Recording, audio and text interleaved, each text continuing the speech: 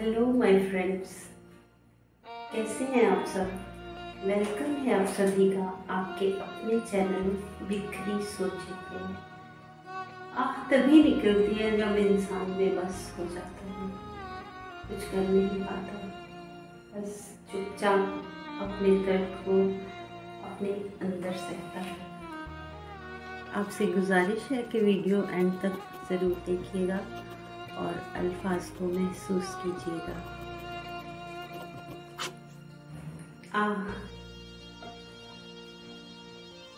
कैसा आलम है बेबसी का ये, कैसा आलम है बेबसी का ये, सांस के साथ आह भी निकले।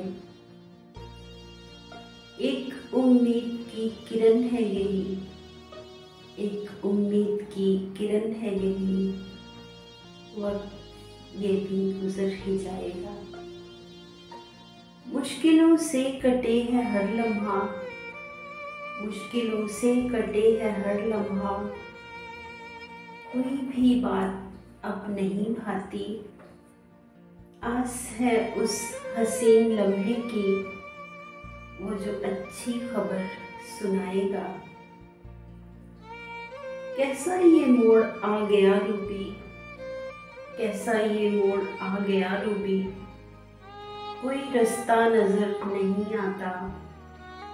हर घड़ी सोच में गुजरती है, कोई रास्ता तो मिल ही जाएगा। हर घड़ी सोच में गुजरती है, कोई रास्ता तो मिल ही जाएगा। वक्त ये भी गुजर ही जाएगा।